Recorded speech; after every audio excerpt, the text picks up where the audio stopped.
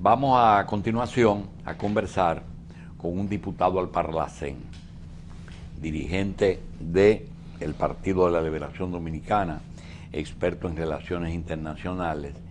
Se trata del amigo Gedeón Santos. El Parlacén, pues cada día toma mayor incidencia en Centroamérica y vamos a ver cuál es el papel de República Dominicana en ese organismo. Buenos días, Gedeón. Buenos días, don Julio, ¿cómo se siente? ¿Cuál es nuestro papel en Parlacén? ¿Cuántos tenemos? Bueno, gracias por la invitación, por supuesto. El Parlamento Centroamericano, si uno lo ve aislado de todo el sistema, lo puede ver como algo raro. Pero cuando uno lo ve como parte de un sistema de integración, que además tiene la Corte Centroamericana de Justicia, el Banco Centroamericano de Integración, el Sistema de Integración Económico SICA y un sistema de integración social, entonces vemos que no es solo un organismo político donde vamos a sentarnos ahí, sino que es todo un sistema de integración que tiene una parte jurídica, una parte económica y una parte política y social. El Parlamento no es más que el brazo político del sistema. Evidentemente, uno de los defectos que ha tenido la integración bajo el modelo de los Estados Unidos, que es la integración por los tratados de libre comercio, ha sido que en esos tratados solo se sientan a negociar empresarios, sin que haya una representación de la sociedad en algo tan trascendente como estos acuerdos que implican grandes sumas de recursos de los países. En el caso del Parlacén no es más que la representación democrática de los pueblos de Centroamérica y en este caso la República Dominicana para tratar los grandes temas que tienen que ver con la integración tanto económica y social de la región de Centroamérica. ¿Cuál es la forma en cada país de elegir ese representante? Se elige por el voto popular. Pero ya en todos los países está por el voto popular. Todos los países. Los últimos fuimos nosotros. Los últimos fuimos nosotros. Claro, hay algunos países observadores que no tienen que someterte a este tipo de ¿Cuántos países conforman el Parlacén? 6 países. 6. Sí. ¿Cuántos legisladores tiene en total? 20 por cada país. 20 por país, no más, es por población. No, es por país. Por país. Más los expresidentes y vicepresidentes salientes de cada uno de los estados. ¿Panamá no es parte? Sí, Panamá es parte del Parlacén. ¿Y cuáles son los 6 países? Los 5 de Centroamérica más nosotros. ¿Y nosotros? Exactamente. Bien. ¿Qué posibilidad de ampliar el Parlacén con las islas? ¿Existe posibilidad? Claro, hay varios proyectos. De hecho, el compañero Manolo Pichardo, que fue el primer presidente dominicano del Parlacén, hizo gestiones para que entrara Haití, viajó a Cuba y a Venezuela.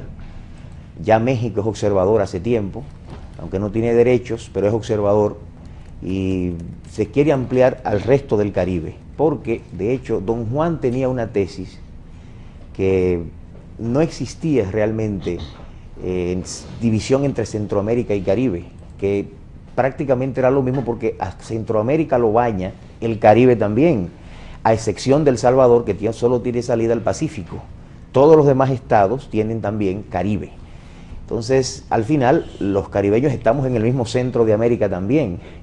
Y ahora se ha acuñado en Centroamérica el concepto de la Centroamérica íxmica e insular, para juntar tanto a Centroamérica como al Caribe. ¿Está establecido que los expresidentes de esos 6 países son miembros del Parlacén? Sí, está establecido. Sí, todo el que fue un presidente es un diputado al Parlacén. Siempre que opte por hacerlo y que vaya y se juramente. Si no opta, no tiene que juramentarse. ¿Leonel e Hipólito son miembros del Parlacén? No, porque solo es el presidente saliente. Ya Hipólito pasó esa etapa.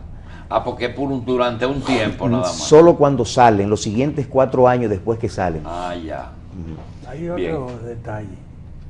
¿Por dónde conduce sus pasos para convertirse en vinculante? Bueno, lo que pasa con los sistemas de integración es que los propios pasos de la integración van llevando a que los parlamentos se vayan convirtiendo en vinculantes. El primer paso de la integración es liberar el comercio entre los países. Luego viene la unión aduanera, donde ponen un arancel común para todos los países. Luego viene el mercado común, donde ponen políticas macroeconómicas conjuntas. Luego viene la unión monetaria, donde se hace una moneda común. Y luego viene la unión política. Esto es siguiendo el modelo europeo. En Centroamérica ahora estamos entrando en los debates de la unión aduanera. Si se hace como debe ser, en los próximos años vamos a tener un solo arancel común para todos los países signatarios del Acuerdo de Integración Centroamericana. La experiencia de Europa, que fue lo que inspiró el Parlacén, lo que está pasando ahora, ¿no le sirve a ustedes de lección que hay que tener cuidado? Por ejemplo, que Chipre sea socio de Alemania es una negación total de lo que es economía, ¿verdad? Bueno, lo que pasa es que el concepto de la integración tiene que ver con la incapacidad de los mercados insuficientes de países muy pequeños como nosotros para competir en un mundo de gigantes en la globalización. ¿Cómo puede la República Dominicana sola o Costa Rica sola competir con un gigante como Brasil, como Argentina, como Venezuela? De la única manera que nosotros tenemos posibilidades es juntando nuestros productores para que puedan hacer economías de escala y poder competir, porque de lo contrario nos van a aplastar en el comercio internacional. Bueno, eso con respecto al resto, es decir, hacer una sola nación económica y posiblemente de otros, los tratados de libre comercio, el arancel único, la libre circulación, es decir, que esos 6 países no necesiten visa para visitarse unos a los otros, una moneda única, pero dentro de nosotros también hay diferencias muy profundas.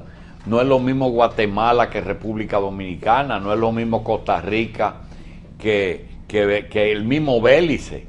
¿Cuál es la posición de ustedes frente? Es unicameral, ¿verdad?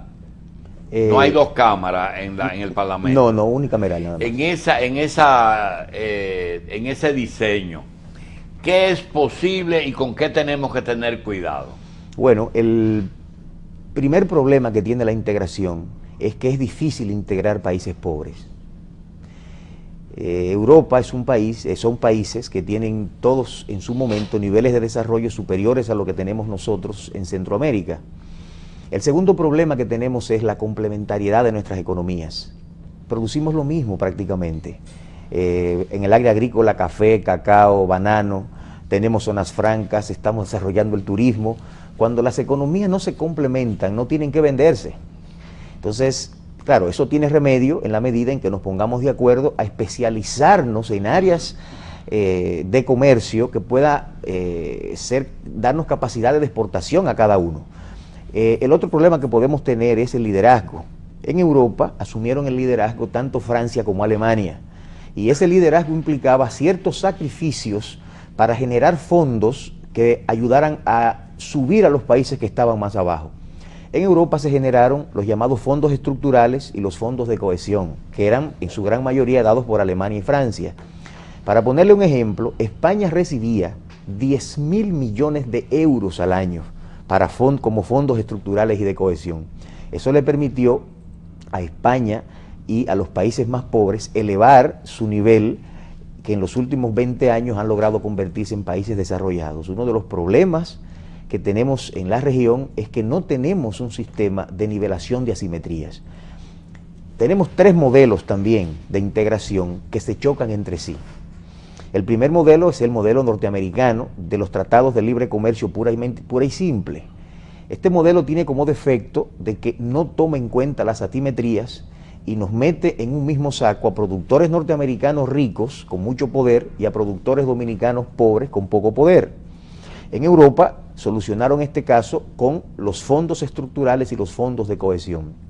En los tratados de libre comercio con Estados Unidos no hay una sola cláusula de nivelación de asimetrías. El otro problema es que tenemos el modelo intergubernamental que siempre ha habido en América Latina, pero este modelo solo se queda en relaciones muy superficiales entre los estados. Y el tercer modelo es el modelo comunitario tipo europeo, que es el modelo al que aspira el sistema de integración centroamericana con el Parlacén.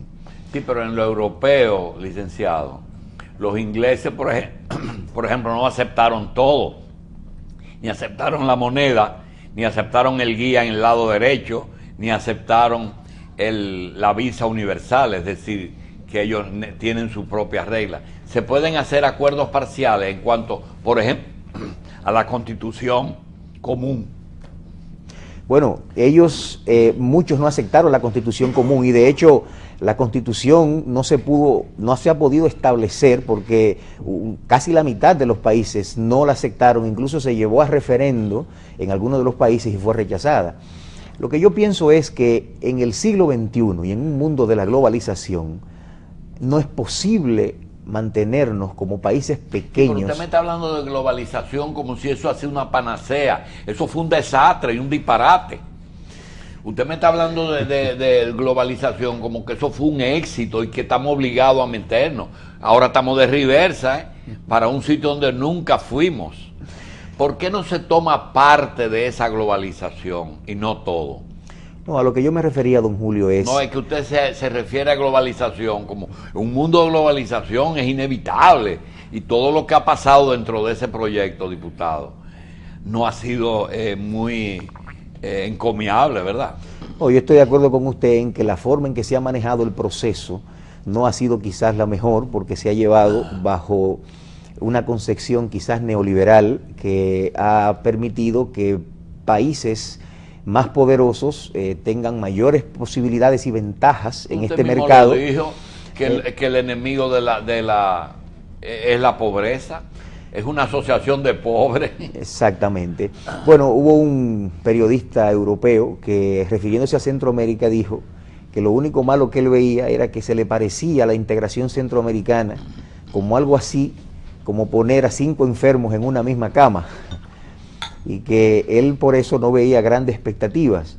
Pero lo que sí uno ve es que la integración funciona. La integración es capaz de generar ventajas, avances económicos. Centroamérica, por ejemplo, su comercio intrarregional era pequeño. Ya el 35% de todo el comercio de la región es entre nosotros, y que eso está creciendo a un ritmo cada año sumamente alto. Lo que quiere decir que en el futuro nosotros vamos a conseguir ventajas importantes para poder competir con Mercosur y los demás. Dos puntos, licenciado. Muy bien. En la parte legal, ¿usted ve posibilidad de hacer códigos comunes? Porque, óigame bien, hasta el momento del Parlacén, Centroamérica estaba tan lejos de nosotros como está Australia. Usted recuerda que hasta viajar a Centroamérica, hasta que apareció Copa, era prácticamente casi imposible. Había que irse a Colombia o a Miami, o a Cancún, a México o a Venezuela, para de ahí volar a Centroamérica. ¿Ustedes están conscientes de lo lejos que estábamos a pesar de lo cerca que estamos? Bueno, una forma de esa conciencia fue que el compañero Manolo Pichardo, el pasado presidente del Parlacén dominicano, planteó la política de cielos abiertos, y se ha estado debatiendo en el Parlamento este tema. Se están haciendo reuniones con las líneas aéreas, con los empresarios de la región, para que no hayan esas limitaciones tan fuertes para el comercio y los vuelos en la región. Sí, lo que pasa es que después viene una multinacional aérea, se mete por Costa Rica o por Panamá, y cuando usted una vez aplica cielos abiertos aquí en Dominicana y tenemos todas las líneas del mundo aquí. Otro tema que se ha estado debatiendo en el Parlacén en los últimos tiempos es el tema de eliminar el roaming. ¿Eliminar? El roaming. El roaming es las llamadas locales. Exactamente, que las llamadas se consideren locales y que no haya que pagar precios tan altos. Para uno llamar de Centroamérica a República Dominicana, si lo hace con el sistema de roaming, tiene que pagar casi $4 por minuto, cuando una llamada local le cuesta quizás 20 centavos de dólares, 15 centavos de dólares. Bueno. Entonces eso, la verdad es que es exorbitante, y parte de los temas que discutimos allá es cómo nosotros ir mejorando, afinando estos mecanismos de integración para mejorar el comercio. Los parlamentos, don Julio, son tan importantes que Mercosur, que ha tenido muchos éxitos en los últimos 20 años, originalmente no tenía parlamento. Y hace 2 años inauguró su parlamento, el Parlamento de Mercosur. ¿Y por qué los suramericanos se les ocurre hacer un parlamento? ¿Para gastar dinero? No, porque vieron que el proceso de integración estaba lleno de déficits democráticos, que no había una representación genuina en los debates sobre el tema comercial y que los pueblos, las regiones no tenían voz. Entonces inauguran el Parlamento del Mercosur, que hoy está haciendo su función y que aunque no tiene facultades vinculantes, está haciendo su papel en todo Mercosur. ¿Cuánto nos cuesta el Parlacén a nosotros, esos 20 toleteros? No sé exactamente la cifra, pero eso debe andar por... ¿Eso está dentro del presupuesto de la Cámara de Diputados? Está dentro del presupuesto de la Cámara, correcto. Son 20 más, ¿verdad? 20 diputados más, correcto. Bien. ¿Ustedes tienen alguna incidencia en el Parlamento de aquí?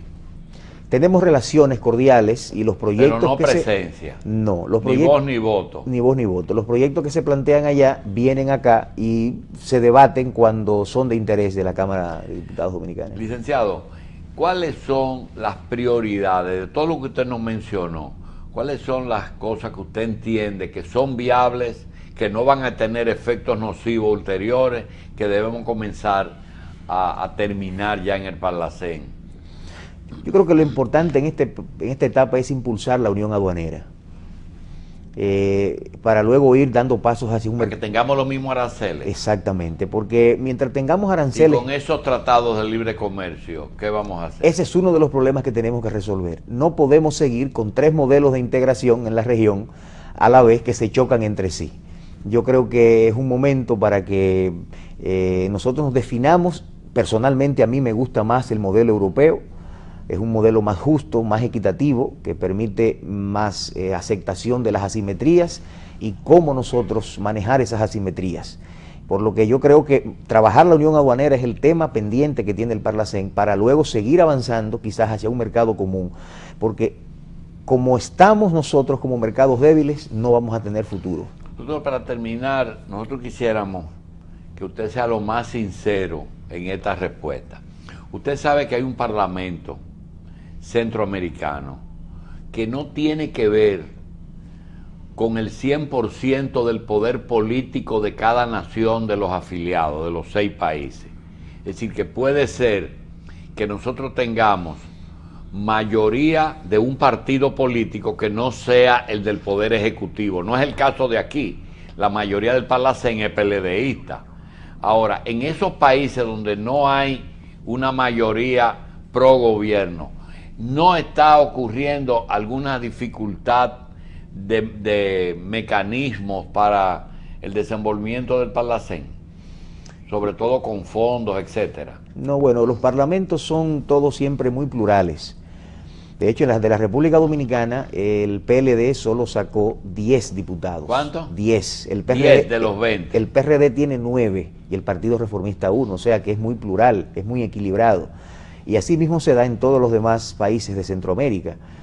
El PRD tiene 9. 9 diputados. No consiguió un senador y consiguió 9 diputados del Parlacén. Sí, porque fue por proporción de la votación que sacó en las elecciones congresionales. Y como proporción sacó 9 diputados.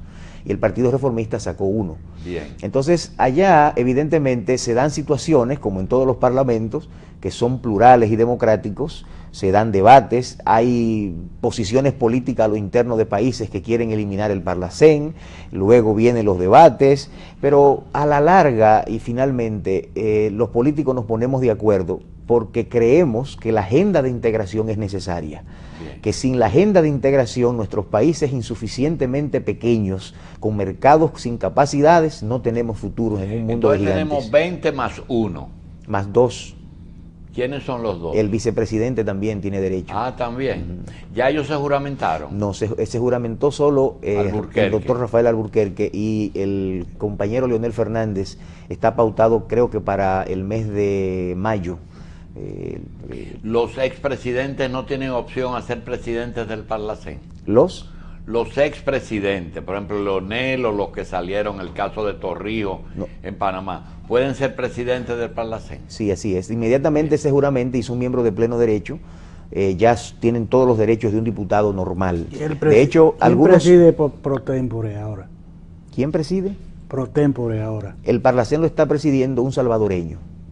Bien. En este año. Bien, licenciado Gedeón Santos, vamos a darle las gracias por haber estado aquí y vamos a prestarle más atención al Parlacén porque yo creo que ustedes están trabajando mucho más de lo que pensábamos. Así es. Gracias. Gracias a usted.